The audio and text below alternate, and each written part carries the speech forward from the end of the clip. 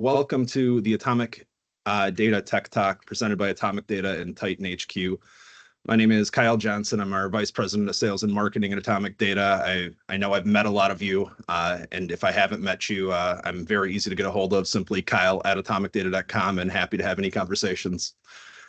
Today, we're here to talk through mastering in modern work with Microsoft 365. On the agenda today, we're really looking at about 45 minutes of content, and our content's going to be focused around identity management in particular, the endpoints themselves, collaboration, and questions. And we'll have quite a bit of kind of sprinkled in security thrown in here because that's the topic of the hour every hour. Today, we're joined by some great minds in both the Microsoft and cybersecurity space. First up is Mark Gamm, Microsoft Solutions Practice Lead at Atomic Data. I've had the privilege of working with Mark for 13 years and change. He's been with Atomic for over 15 and has been working in the Microsoft space for over 20. Then we have Wade Hoffman, who is our Security and Compliance Practice Lead at Atomic Data. Wade joined us last year, but brings a rare set of skills across security practices, practice development, leadership, and operations. And finally, we have Chris Saklari, a cloud security advisor from TitanHQ. Chris is a rising star in the industry and has been helping businesses secure their M365 ecosystem since 2022. Modern work is about is more than just having the right tools. It's about creating a digitally dexterous culture where technology empowers productivity, collaboration, and security. The Atomic take is we want to go beyond deployment to provide continuous security-first management of your Microsoft environment, ensuring seamless operations, compliance, and a future-ready workplace. So we're going to do a brief poll, and really what we're going at here is just honestly, where do you think you are with your own Microsoft M365 implementation when it comes to maturity? There isn't a right or a wrong answer, and we'll review the data a little bit and have some questions at the end, but really looking to get just a gauge at what the audience here has.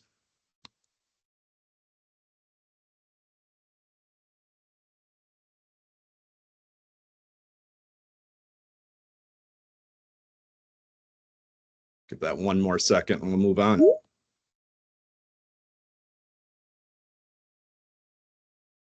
So bridging the gap, Microsoft tools are powerful, but when poorly configured, they create security gaps, compliance risks, and inefficiencies. We've all seen headlines about data breaches and costly mistakes, often caused by mismanaged IT environments.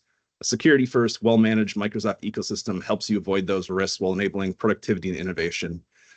You know, as we were prepping for this, we had a little bit of conversation around the capabilities within M365, and when it all kind of boiled down from a security standpoint, there's a ton of tools like TitanHQ that are add-ons that can go in addition to your basic set of M365 security settings. But it doesn't matter how much you throw at it unless it's properly configured. And that configuration is very different day one and current day. It has evolved with time. There's different either SSO, API, identity management, multi-factor, et cetera, that are tied into it. And with each one of these complexities added in, it just adds more complication to the environment and the setup. And unless people are properly going back, auditing and reviewing what security protocols they put into place, there's gaps that are left behind. And that's what causes every one of these news stories you see here or every other one you've heard about in the past.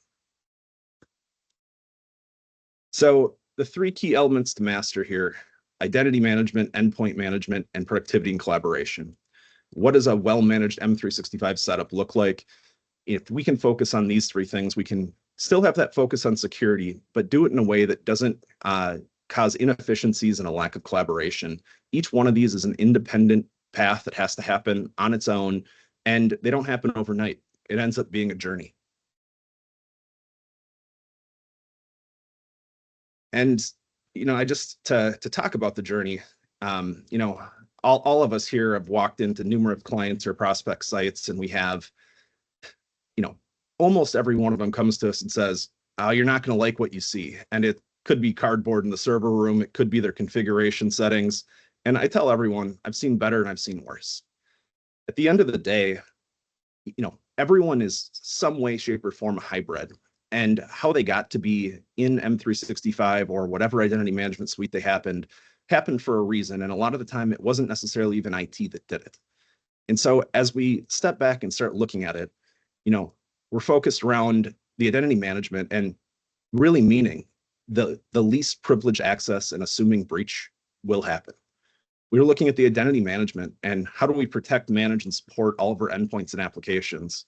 And we're looking at the productivity and collaboration to improve the productivity and foster a culture where collaboration is key.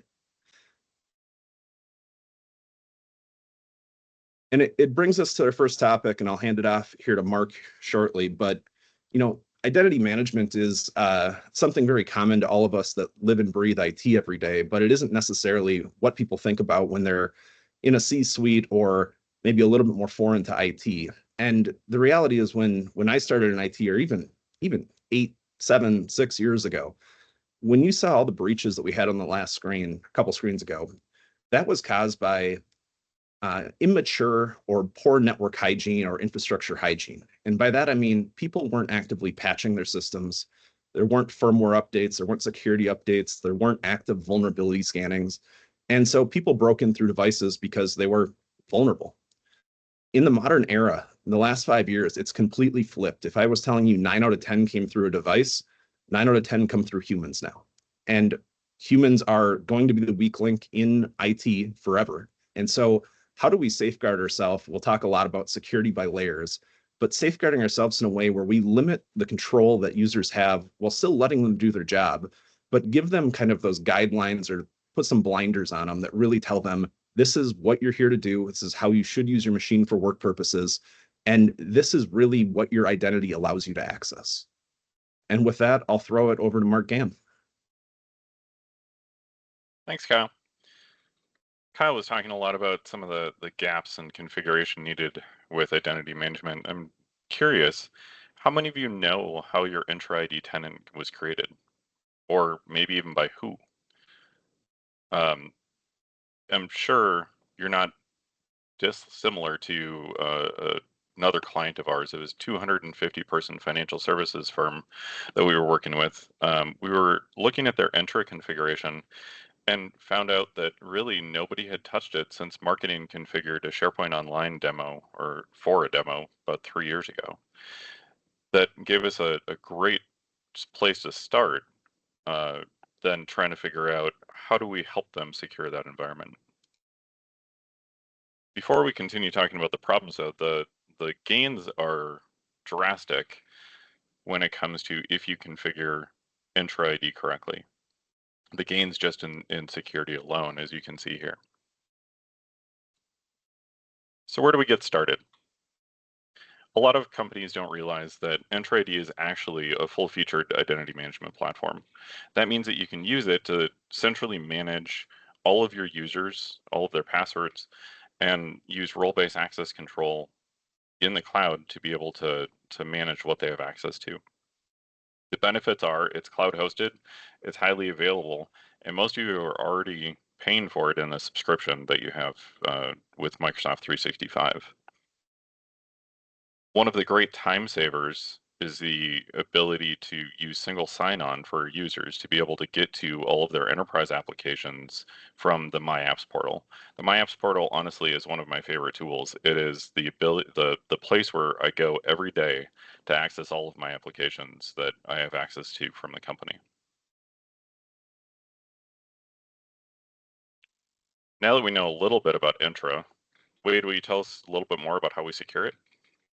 Sure. Yeah, I think as you've just heard, it's a critical aspect to be very focused on your identity management and authentication in particular, because like Kyle said, the attack vector is typically going to be through humans. So it's so important to ensure that you have deployment of a strong authentication model, both for your internal and your cloud environments. So what does that mean, right? Well, again, to reiterate, credential theft is the dominant attack activity or attacker activity and the responsible vector for over 80% of web application attacks. So you can see that this theme carries through where it's so important to have these strong defensive postures in place.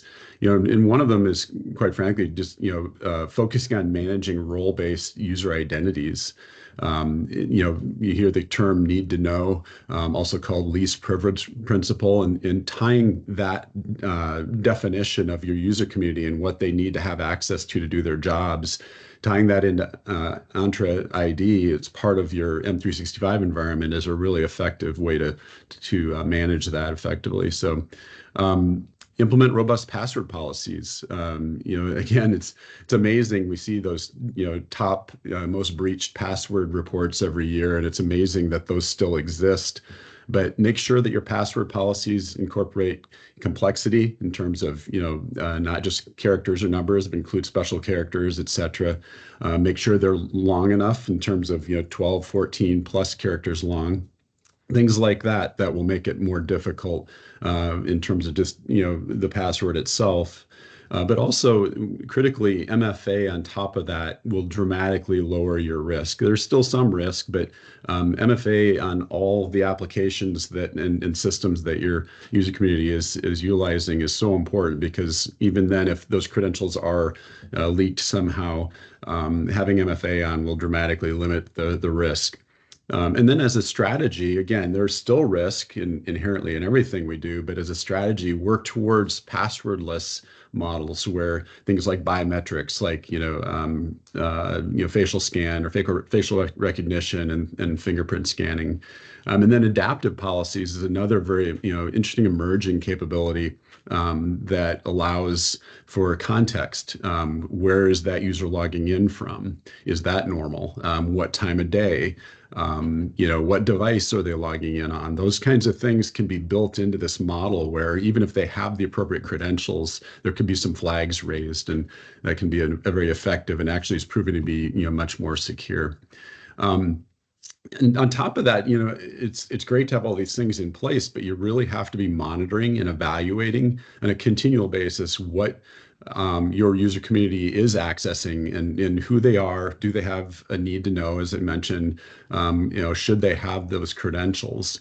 Some of you may have seen the movie Breach. It was actually a movie about an actual event. There was an FBI agent named Robert Hansen that actually had inherited rights through different role changes. He became disenfranchised with the FBI and ended up creating what the government considers the most expensive breach in US history, where he had access to these sensitive systems and nobody was watching it. And he ended up costing the government hundreds of billions of dollars, and multiple lives were lost because of it. So that's a dramatic example, but that's a case where somebody wasn't monitoring who had what access rights. So very important to keep your eyes on that. You can also then, as Kyle mentioned, people will always continue to be the weakest link in the information security chain. So we need to help them. There's effective defense solutions. Let's start with the endpoints. Based on what we're looking at here, laptops, desktops, tablets, smartphones. They're easy targets for malicious actors. So, we want to make sure that we have strong endpoint solutions on all those devices. Defender is part of M365. It's an industry leading solution along with others that are available. Whether you use Defender or something else, put something on all those endpoint devices so you make sure that there's some defensive layer there, and then also some monitoring capabilities that go with it. And again, as mentioned before, keep the devices up to date using management platforms such as Intune. Intune will manage a heterogeneous environment. So even if it's not an all Windows environment, you can still manage those devices, whether they're Macs or Android or Linux or whatever. So very important to always keep an eye on that as well. And then also as mentioned, utilizing conditional access, where possible for those information resources. And then, finally, again, in the theme of monitoring continual observation, And in the information security space, that is so important. And so having a comprehensive security operations center solution in place, hopefully including a security information event management, artificial intelligence support, data analytics, and correlation capabilities is really more and more important as we go forward with the complexity of the attacks that we're seeing. Chris, do you want to talk a little bit more about your experience in terms of managing the user communities and some of the defensive capabilities? Yeah, absolutely. Just one more time, guys. I'm Chris from TitanHQ, one of Atomic Data's cloud security vendors. So something that I keep hearing both from Wade and Kyle is that humans can be your weakest link, which is obvious and it really is true. But we can make them our greatest asset or our greatest weapon. Knowledge is power. That's the old saying, right? So what we want to do with security awareness training is empower your employees with the right knowledge to make them a tool to increase the security posture. As you do that, as you employ or deploy that security awareness training, teaching your employees about the threat landscape and what the threats are that are out there, we build what we call the human firewall. Because that is what it all comes down to. You can have everything, all your safeguards in place, but those employees with the right knowledge, knowing what to look for and what to be vigilant of, that creates something that's almost invaluable, right? You can't put a price on the knowledge that you have. I love that, Chris. I love the context of human firewall. And as of yet, machines can't replicate human awareness and context. So I love that as a concept. Not quite yet, Wade. Not quite yet. We're getting there, but not quite yet. We're working on it. All right. And so, I think, again, the place we're at in this space and why information security is so important. Global information security spending on technology and solutions exceeds 212 billion a year. It's incredible, and it just keeps going up. I think the recent growth rates have been about 14-15% a year, and yet the losses have exceeded $10.5 trillion annually. And that's growing. Think about $10.5 trillion is equivalent to the GDP of Canada, the UK, Italy, Spain, and France combined. That's gone every year. So clearly there's a problem with this strategy. So we've got to understand, how we can continue to get stronger in defending against it and putting best practices in place. But some of it starts with basic concepts. Information security is a business concept, not a technical concept. And I think that's where things get sideways in a lot of cases. People hear interesting, technology vendor solution sales and don't realize, well, we got to start with the basics first. So one of the basic things is put an effective information security program in place with policies and procedures that are documented and followed. That's the best place to start. Then you can utilize existing tools and capabilities to execute those basics. And one of the most valuable asset in your organization after your staff is information. And that's been the case in the digital era. So it's not a surprise for everybody. But you have to start with a comprehensive information asset inventory classification so you know what you have. You know what's valuable, what needs to be protected. Then you can begin to protect those assets through encryption as a tool of the sensitive data. Encrypt it in flight, encrypt it at rest, encrypt it while it's in use between application environments. And there's excellent tools in place already in your M365 subscription. So there are plenty of mechanisms to turn that on, both on the device level and in the cloud application spaces. So make sure and put those to use. Deploy M360 or deploy mobile device management, through Intune. Intune is also a component of M365, so that devices in a mobile world that we're in, whether it's BYOD or actually the corporate assets, people travel, people work from home, etc. So make sure that you have the ability to manage those devices wherever they are in use. And then, minimize data loss. Your DLP is a common term that's thrown out for a solution, but there are tools like M365 Purview, for example, where you can at least keep an eye on those critical assets and where they're being used and where they're being, shared or sent. And then again, a recurring theme here, make sure that you're monitoring all these things with the 24/7, 365 security operations service or capability set, like atomic datas, for example. But it's so critical that you have some eyes on that. Chris, did you have any other thoughts there? You've got a lot of experience with data loss and encryption, things of those types of tools. Yeah, I mean, honestly, Wade, you're really nailing it here for the most part. There's a lot of really great tools you can leverage in Microsoft. I mean, that's what we're talking about today, right? Mastering the modern work rather, with 365. But there are other tools as well that you can leverage. But yeah, encryption is really important, especially if you're working in an industry that requires certain regulations, whether it's a HIPAA or ITAR or FedRAMP certifications, all these things. You want to make sure you have all that in place so you're compliant and you're not breaking any regulations in your industry.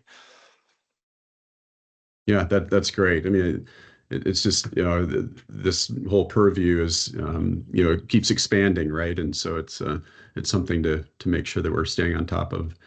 Kyle, do you want to jump in and talk about endpoint management here? Sure. That old mute button gets you every time.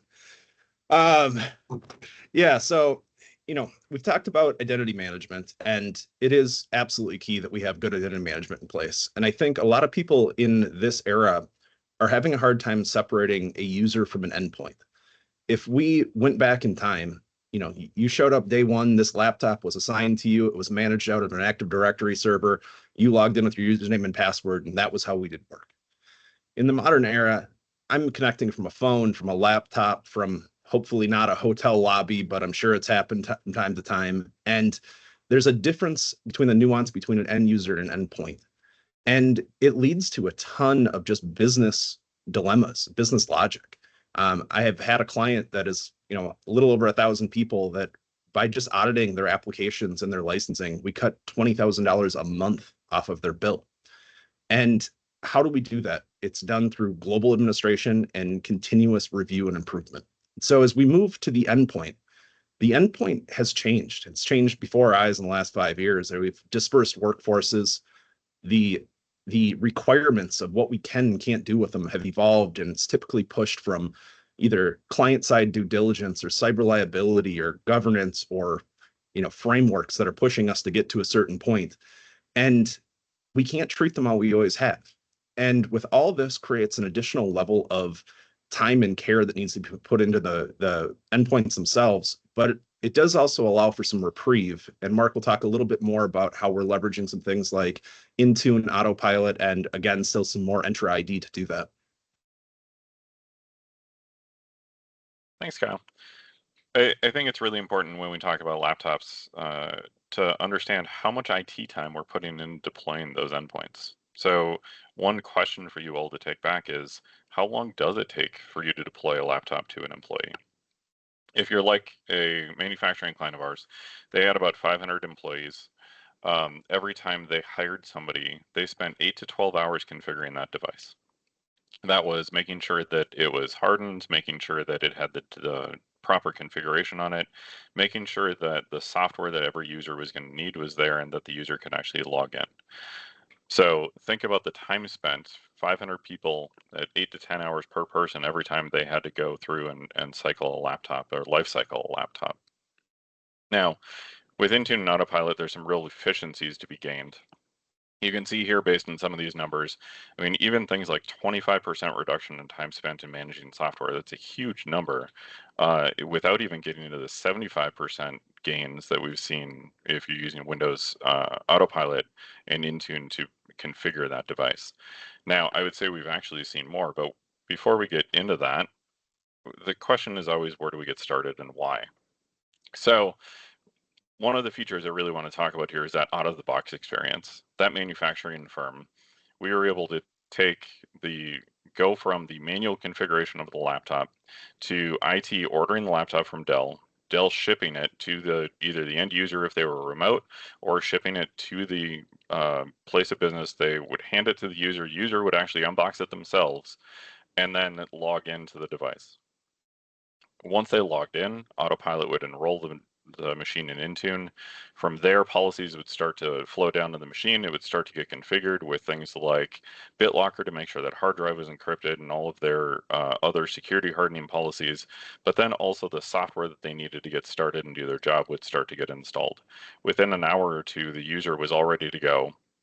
And they had access to extra set of software they needed through the company portal in order to self-service them, take care of themselves when it came to installing other applications. Maybe they didn't like Edge as a browser. I mean, how many people really do, right? So you take, and maybe I want Firefox or maybe I want Chrome. So give them the company portal so they can install the browser of their choice and do it in a secure and standard way. So after about a 90-day project with this company, we took them from 8 to 10 hours of time down to literally minutes of IT time, really saving them hours every single day. Along with being able to manage and deploy consistent laptops across, and devices, desktops, whatever it might be, whether it's Mac or PC, across the workforce, we're also talking about using Intune for IoT devices. IoT devices are showing up everywhere in everybody's business. And really being able to manage them from a central cloud platform, just like where you're managing your laptops and your desktops from, makes a whole lot of sense. It makes IT life a lot easier. Then we need to also talk about personal devices. Kyle was talking about, how an endpoint changes. It's not just a laptop, it's not just a desktop, it's not just a server, but now we've got personal devices in the mix too. And how do you make sure you're protecting corporate data on your personal devices that your employees have? Because they all want to access their email, they all want to access their calendars, and really enrolling all of those devices in Intune isn't efficient. So you configure Intune policies to make sure that that data is being protected and that you have the ability to wipe that data if a user was to separate or go on holiday or lose a device, whatever the case might be.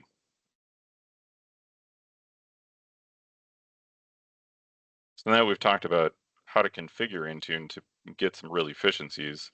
Wade, do you want to talk about how we protect those devices?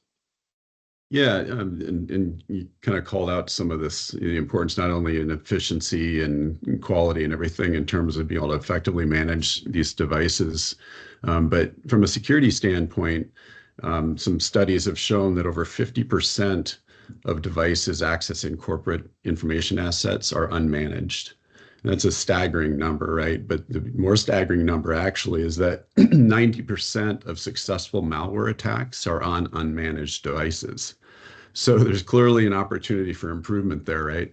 And Autopilot and Intune both are just excellent resources, available to M365 subscribers. Again, I'm reiterating that point. Autopilot, of course, being great for out-of-the-box Windows devices, and Intune being great for managing a dynamic, heterogeneous environment, including BYOD. So even the ability to manage some of those devices that aren't actually corporate owned. So really important to focus on that and use those tools. Best practices can be built in, like ensuring MFA is activated on all endpoints, and applications that can access those information resources. We talked a bit about that earlier. Again, a common theme is that data should be encrypted at rest on all systems with sensitive data. So making sure that, again, you've done your asset inventory, you have an understanding of how you categorize your data resources, and making sure those are protected through encryption and then again, effective access rights administration. And then other things like DNS filtering should also be deployed, and those are, that's obviously going to help in terms of navigating, where your staff can use these devices or where they can navigate to via the internet.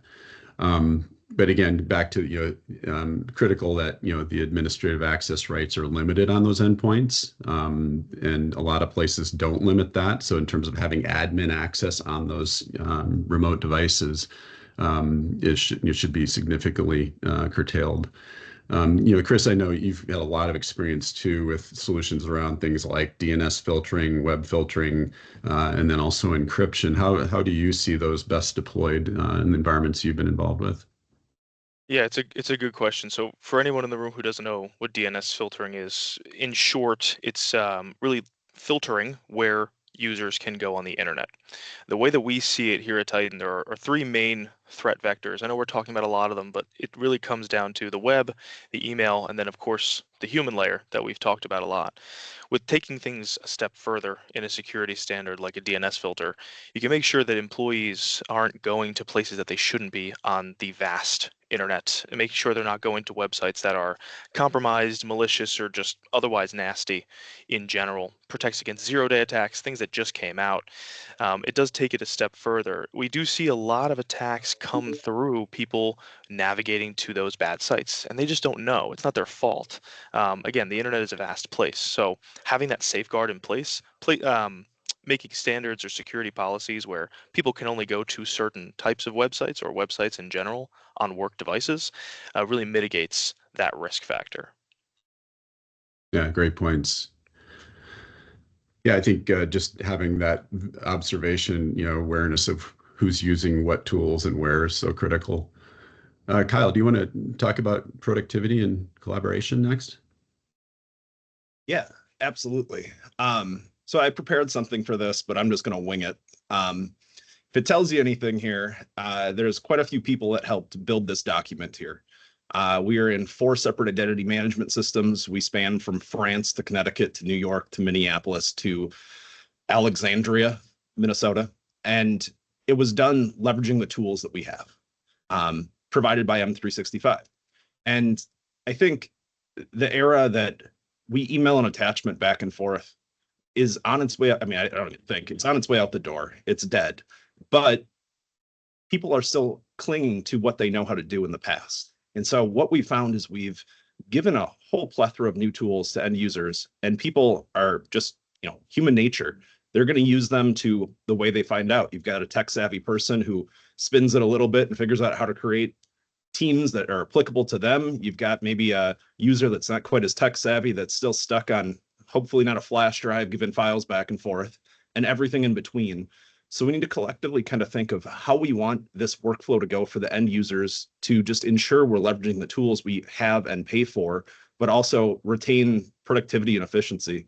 And I'll throw it to Mark for that. There's some great tools. We're talking about Exchange Online, Teams, SharePoint, OneDrive. The question that always comes up from people, though, is can you find the data that you're looking for? We all use SharePoint to one degree or another. Some people are using SharePoint and they don't even know it, and maybe you're using it through Teams.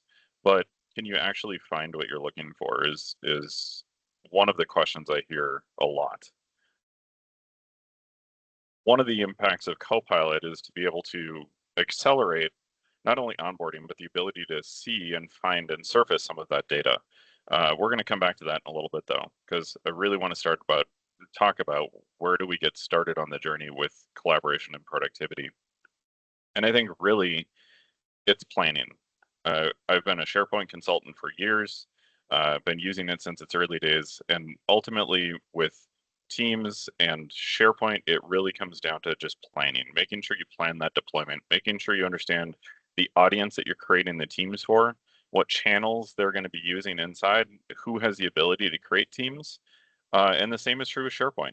How do you want your sites organized? What documents do you want in what locations? How are you going to make sure that you put sensitivity labels or security trim those documents to make sure that people are only seeing what they are supposed to be able to see? And then how do you make sure that you can utilize search in order to find the documents you're looking for? Now, it seems like a lot of work to get started, but really a little bit of planning up front goes a long way. And then from there, making sure that you're using features like versioning properly inside of SharePoint or inside of Teams, rather than putting a timestamp on the end of your file name. Trust that versioning is going to do what it's supposed to do. Go modify that document, go open it in a browser, modify it with another user, and trust that you're going to be able to get back to the old version if you need to. The other common mistake I see a lot, don't treat SharePoint like a file server. A lot of people got to SharePoint by wanting to get rid of their file servers, so they take and they migrate files. and they use the same folder structures that they had before, or they treat it just like a file server. Really, SharePoint is a different animal, and it should be treated differently than your file server. It's not there just for you to go create the same folder structures that you had before.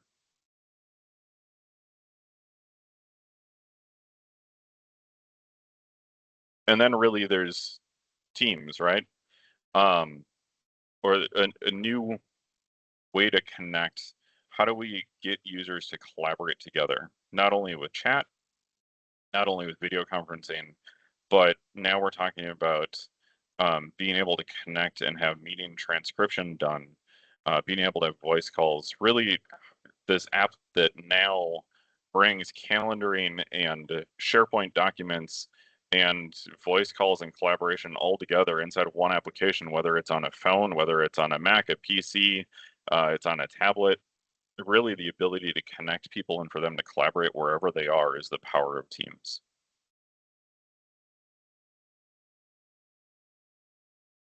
Like I said, collaboration is important, and empowering and giving your teams the tools they need. The nice thing about things like Loop is the ability to have an agenda in Teams and be able to share that across all of the Office applications, really getting data to your users wherever they are and helping to streamline those business workflows through things like workflows and logic apps. And I said we'd get to it. Copilot is the biggest question I think we're being asked right now. Should I use Copilot for 365? Is it worth the cost? How do I deploy it? Where do I get started? These are all great questions, and they're all questions that we're seeing and hearing over and over and over again.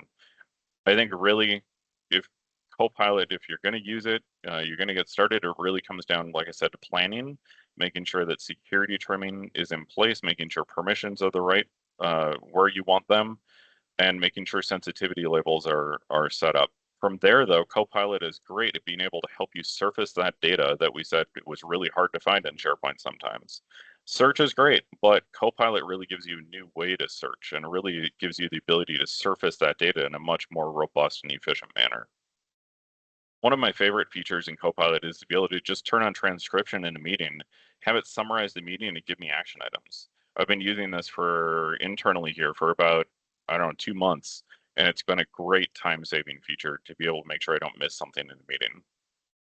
Another great feature of Copilot, just the ability to summarize email chains or get you over that blank page problem. How many of you are like me where you sit there and stare at a blank page, just don't know exactly where to start? Being able to have Copilot get you started, get you over that hump is a great use of Copilot to be able to say, hey, I need to do something.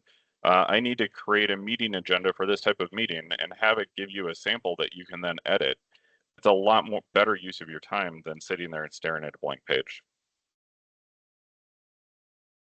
But now we've got all of our data in SharePoint, Teams, Exchange. Wade, how do we safeguard that data?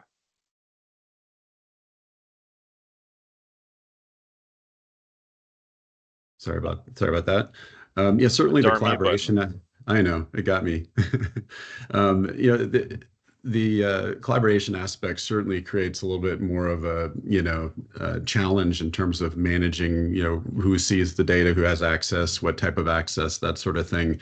So it really puts more importance on data integrity and version control and things like that. So utilizing those tools that are available, again, within SharePoint Online or OneDrive, make sure that you have everything structured to be able to apply appropriate view, restore, delete prior versions, that kind of thing. Is going to be critical because now you have a lot of people that are all interacting with the same data assets. M365 also provides a backup solution, M365 backup, for really effective recovery capability for SharePoint, OneDrive, Exchange email data. So just understanding that you're going to have to address these capabilities, when you've got a lot of people accessing those same files. Rapid recovery for user data, wherever they happen to be in the world. Say it's a quick response to help them, whether it's a lost or stolen device, hardware failure, or even, heaven forbid, a ransomware event, right? So these capabilities, though, have to be planned out ahead and put in place. So it's important when you do start some sort of a collaboration model within your teams, within your organizations, or even bringing in external people in, that you have these things defined. The way to start, again, a recurring theme, is to make sure you understand your data classification and policy, and have management in place, to reduce data loss via those collaboration tools. So only those who have a need to know should be able to access that sensitive data. And again, it begins with that, accurate inventory and classification of those data assets. Once you know what you have, then you can prioritize, right? That makes things a lot easier, versus just throwing a blanket over everything and hoping you hit everything. The other, we talked about encryption, again, absolutely applicable here, where you're collaborating and sharing files back and forth, or productivity or workload sharing, whatever it is. Again, data at rest. We've got BitLocker, for example, as a tool to be able to use. And I know we'll talk to Chris about that as well here in a second. He's got some great capabilities there too. But the key is protecting against unauthorized access of these data resources, but also protects the confidentiality. So if a bad actor does happen to exfiltrate the data, it's useless, right? It's encrypted. They don't have the appropriate keys, so won't be able to access the data. And then with data in flight, again, things like TLS or even Microsoft Purview is an excellent tool too to put in place. But certainly, from an encryption standpoint, and obviously, again, Chris will, let's touch on the training aspect too, because now that you have all these people working together and sharing these resources, the training has to be emphasized as well, right? Yeah, of course. I mean, the reinforcement of the training is really paramount here. You can't just say it one time. It takes time and time again, a recurring cadence, if you will, of training to make it really stick. And then, of course, people have to then employ that knowledge in practice. The last point here, talking about email filtering, it's really important to talk about. I think it's very fitting, rather, to talk about security and productivity in the same vein, because they really do go hand in hand. How much time would your business be down? God forbid, knock on wood, there was some kind of a breach or so, right? How much time does that put you down for? How much productivity do you lose? But also something like email filtering, it will stop things like those viruses, the ransomware attacks, the spoofing attempts, things like that. But it'll also just keep junk out of your email, and you don't have to worry about sifting through that stuff. You can focus on what your core competencies are within your function of the business, right? I think it's really interesting that Wade and Mark were talking about the net benefits of doing these things, right? The reduction in time lost, the increase in productivity. But I do think it's worth talking about the net loss or the cost of inaction that there is for not doing these things. Just in a year, the losses to security related attacks are to the tune of $3 billion, right? We're just talking about 1 year in the US alone. The things that we're talking about here are standards, right? These aren't the advanced levels of things. And of course, this whole thing is a journey, right? That's what we keep talking about over and over again. No one expects you to be there tomorrow. But again, there is a cost to inaction. But people like Mark and Wade and Kyle and myself, we're here to help you along that journey and make it something that's not so scary of a task to undertake. Yeah, thanks, Chris. And certainly, like you said, email is, as we know, is one of the most common attack vectors, and being able to manage through some of the noise is a key part of that. And we've got some great partnership there. Kyle, we've talked about a lot of things here, obviously, in this short amount of time. You're going to help us kind of bring it all together and. Yeah, absolutely. So, for respect of time, I'd love to leave a little bit here for some question and answer for the last 15, but I just want to talk through it. It's the journey. Same slide you saw before, but hopefully we've put a little bit more just thought process in your head of how you got to where you're at and where you're trying to go.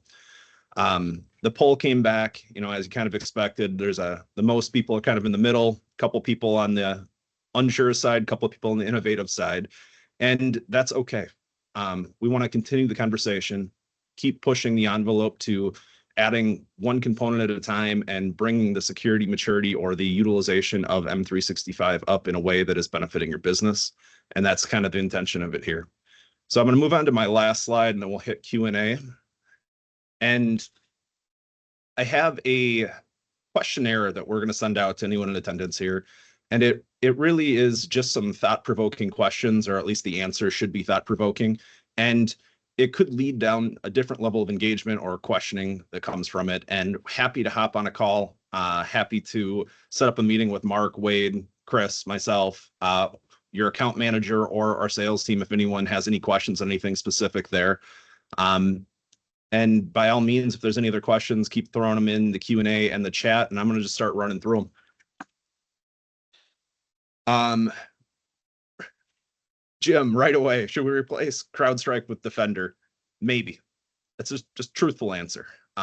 Atomic did a proof of concept. We found CrowdStrike to be the best for our needs for how we manage our business and our clients' business. Obviously, CrowdStrike had a little whoopsie last year, and it got itself in the news and a little bit of hot water. Happy to sit down and tell you what makes the most sense for your business, but it isn't a yes, no, yes, go do this or anything of that nature. It's a little bit more versed than that. I think, yeah, one thing to add there too, Kyle, is I think the point is to do something on the endpoint. And if you don't have something, Defender is a great tool. You probably already are subscribing to it. So I think, certainly we have choices and we can help you evaluate that, but they're all great tools to Kyle's point. And so that's the key point, though, is make sure you have something in place. Yeah. Simon threw out, what are your recommendations for how we manage an employee's personal cell phone, which they use to access company emails and files? And, without knowing more details on the business itself, Simon, I don't have a great answer for you today. I'm happy to sit and learn a little bit more, but the questions I'd be coming at you with are, what does a BYOD policy look like? How are we handling remote wipe? What type of files are they accessing? Do we have DLP in place? And there's a way you can add layers in to have it where you can have a BYOD policy and people leveraging their phones. But there are different ways and thought process of how we would manage that moving forward based on the answers to those questions. Yeah, and I really think, Kyle, the kind of like I alluded to, setting up those Intune policies, you don't even need to enroll that personal device or that personal cell phone in Intune, but setting up the policies to make sure that you're protecting your corporate data on those devices, making them set up a PIN or use their Face ID or biometrics, whatever it might be, to get at that data, and then having that ability to wipe the data, like you said, is really important. Thank you, Mark. Gus threw out that Wade had noted cybersecurity should be viewed as a business issue, not just the remit of IT. Can we expand and discuss on whether this point of view is being more broadly held, and what forward-thinking business leaders are doing to build a more secure and resilient organization beyond budgeting for tech solutions and requiring annual cybersecurity trainings? In just the short answer to you here, there is increased pressures on businesses all around. Target being breached 12 years ago led a ton of due diligence on vendors from Fortune 100, 1,000, 2,000 companies. Every one of those companies has started putting a little bit more of the vice grip onto their vendors to make sure they're not doing or ending up in the same boat. And so we see it ranging from large banks to credit card companies to Tesla that are pushing requirements onto our clients, and we're having to do it. And it's elevated the issue beyond a tech issue. This is now a executive leadership table, sit, talk. What is the value add this is bringing to our business if we don't do it? And it becomes a business issue, not an IT issue at that point. And in addition to just even the vendor due diligence, cyber liability, I've seen $40,000 premiums go up for people not doing what they're supposed to do. That's now in fact impacting finance at a level that wasn't budgeted or accounted for. Also, people incorrectly filling out cyber liability insurance forms and ending up with almost a false positive answer due to some configuration that wasn't necessarily as global as they thought it was, that's leading to them not getting paid out when they were breached, down to even just our standard security and compliance, depending on your business and your role. Is it PCI? Is it HIPAA? Is it high trust? Are we working with the government? Is it CMMC? All of those things are kind of non-starters for some businesses to operate and do business the way they've been doing this in the past. And it's evolving, and I don't think it's plateaued. So yeah. I would be happy to talk through that question in particular with anyone, any of the businesses on the call. Yeah, and then just to add to that too, I mean, so those are all these dominant themes that Kyle just outlined. And, even if you kind of separate from that and just look at your business operations just as it is, it's you obviously would want to do what any prudent person would do to protect your business, protect your assets, protect your staff. And it's this constant balance of confidentiality, integrity, and availability of those assets that you use, that you're generating as an organization. And so compile that with what Kyle is talking about, all these other pressures that are emerging and continually advancing. That's why, to Kyle's point, it's at its core, it's a business concept. Certainly, you enable a lot of this with technology capabilities and tools and things like that, but the blinky lights and the flashy new tools are not going to get you where you need to be to ensure your business is safe, your partners are safe, your staff, your customers. And so, that's why, we always focus on what is your business model? What does that business model entail in terms of critical assets from an information standpoint? And then you can go from there in terms of how do you prudently manage and monitor that? So good question. Looks like Simon also threw out, how should we differentiate the way that we use the file server and SharePoint? And if we shouldn't replicate the folder structure, what's a better approach? And I will throw that to Mark. The only comment I will say prior to him jumping in there is SharePoint, maybe Copilot pushed it out, but SharePoint is the most powerful tool in the Microsoft suite. There are a million things you can do with it to better workflows and better even steer your users to certain areas within SharePoint in order to give them the information that is dependent for their job. Mark? I love that take on it is the most powerful. It is definitely the most powerful tool available. The SharePointy answer is going to be use views, use metadata, use search, and obviously Copilot to be able to surface the data that you need, rather than just creating nested folder structures for organization. So how do you put metadata on the files? How do you organize them in libraries that make sense and sites that make sense for where people would find them, rather than just replicate the same old hierarchical folder structure that we have over and over and over again. SharePoint is great for those Microsoft documents, for the Excel spreadsheets, for things that you're going to collaborate on. It's not great for binary files for like design firms or CAD drawings, those types of things. Those definitely keep them in some sort of other file solution, whether it's a file server, whether it's Box or Azure files or whatever it might be. But SharePoint, really, how you organize and how you plan is going to be again that save. It's just going to save you time when you take the time to plan up front and organize, and really take the time to put the metadata on the files that you're trying to find and organize. Thank you, Mark. Jim, you have quite a few questions here. It may be that it's this time I buy you lunch and we chat a little bit, but I'll get to them if I have time here, but I do want to give everyone else a fair chance here. Alex threw out, when it comes to MFA for applications, how does that affect client installed apps like Outlook 365? Will our user get prompted every time they open Outlook? The concern being MFA fatigue. And Mark or Wade? Yeah, well, certainly there are things like called SSO, single sign-on, where you can mitigate that fatigue a little bit. There's other methods too, but yeah, certainly you need to manage that, because you don't want them to just be bypassing it or impact productivity. Mark, I know you've seen some other solutions too that have been effective in the context of making that a little bit more streamlined across application platforms. Yeah, I really like Dustin's response in the question and answers as well of, the Office app should be sharing authentication with the workstation. If the workstation authentication isn't working though,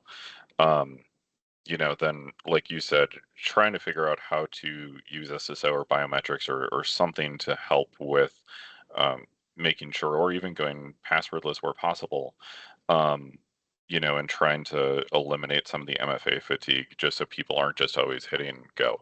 My experience, though, in the Intune policy deployment specifically, especially around things like Teams and OneDrive, having those apps be secured on my personal device from an Intune policy really isn't much of a barrier. It really is pretty easy for the user to get through. Okay, and you kind of addressed maybe a couple of them right there, but looks like Eric had asked, sorry, it's a two-parter, but what if all the indirect time to the end user is a detriment to organization efficiency? Passing along the time to the end user isn't always desired. I like this question, Eric. I think you're talking about where I'm talking about the out of the box experience where you hand the laptop to the user. At least I'm assuming that's what you're talking about, and then they need to wait an hour or two in order to get everything deployed. The nice thing is they can start using that laptop right away, but most of my experiences is that especially with a new employee, you're going through some sort of onboarding experience that isn't necessary for that laptop to be functional in the first hour that you're there. So really handing the laptop to somebody, having them log in with their credentials so that somebody else isn't having to reset their password or change their password or know their password on day one, I really think is a good experience, or having them set their own password. And then from there, the machine is mostly usable for a lot of that time. It's just, software is going to be added on and over time. So I really think that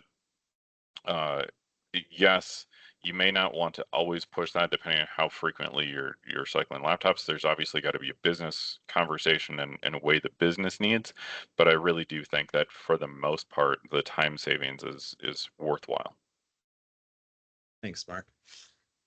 And Dustin, who threw a few comments in here that Mark had referenced, is on our practice lead team as well. So that is another atomic data resource if anyone was curious to the individual answering all of these. Probably the last question here, but Caleb had asked, in what area would you see that a company would need to upgrade from Entra P1 to Entra P2? And I'll throw that back to Mark or Wade. I'm going to start with, from a budget standpoint, if budget isn't a problem, I would say everybody should be Entra ID P2 all the time. Unfortunately, Microsoft does like to lock some high-end security features behind a paywall or behind some higher level licensing. So if you can afford it, Entra ID P2 is a great place just to start across the board. Now, if you can't, or if budget is a problem, then you have to start weighing where it's worth upgrading those licenses. And I think from my standpoint, at least having an Entra ID P2 license for your global admins is very much worthwhile. Wade or Chris, you want to add to that? Yeah, well, I would say one thing too is, where you have questions or concerns, reach out to, one of us on the panel here, and we can understand a little bit more about your security requirements. And likely what Mark is saying is you'll want to end up on P2, but at least we'll have a definition and can create a roadmap for you to do the right things to ensure your organization and team are protected. So Chris, and you were going to comment too. No, I'll defer to Wade and Mark on this one. Yeah, I think the interesting thing is Entra ID is actually free. Like if you want to just use Entra ID out of the box as an identity management platform, it's a free tool. You can go create a tenant and be up and running in a very short amount of time. But then the features that you need to really secure your user experience and make it more seamless for your users are really where you start adding on those Entra ID P1 and P2 licenses. Thanks, Mark. I'm going to take this as a note here. We're at 10:59, and I want to wrap it up, make sure everyone gets out to their 11 o'clock meetings. If there are other questions, Jim, your questions in the chat, or any other questions anyone has, by all means, there is, either account manager or one of us will be happy to hop on a call and talk through any of them in detail with you, and we'll try to answer as many of them as we can following this presentation. Last comment is a video recording of this will be sent out along with that questionnaire to everyone in attendance today. That said, appreciate the time. Thank you all for spending a little time with us this morning, and have a good rest of the Tuesday. It's Thanks Tuesday. for having me, guys. Bye. Appreciate it. Bye. Thanks, everybody.